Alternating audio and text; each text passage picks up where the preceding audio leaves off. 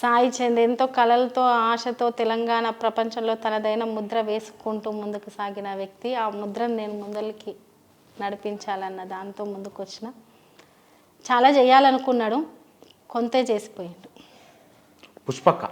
పుష్పక్క ఒక ఎమ్మెల్యే భార్య అనడం కంటే పుష్పక్కనే చెప్పొచ్చు. వేముల వీరేశం అన్న ఆయనకున్న ఆలోచనకు పార్టీ నేపథ్యానికి సంబంధం లేని మనిషి, ఆ పార్టీలో ఉండకూడని మనిషి. ఎవరెన్ని మాట్లాడుతున్నా, ఎవరెన్ని రకాలుగా ఆలోచించినా ఒక అగ్నిపర్వతాన్ని గుండెల్లో పెట్టుకొని ఒక నేపథ్యంగా బయటకు వచ్చిన మహిళ, సాదాసీదా మహిళ. కానీ సాదాసీదాగానే ఉండాలి, సాదాసీదాగానే జీవితం ముగియాలనుకోవట్లేదు. ఆ గొప్ప ఆలోచనని ముందరికి తీసుకెళ్ళాలనుకుంటున్నాను.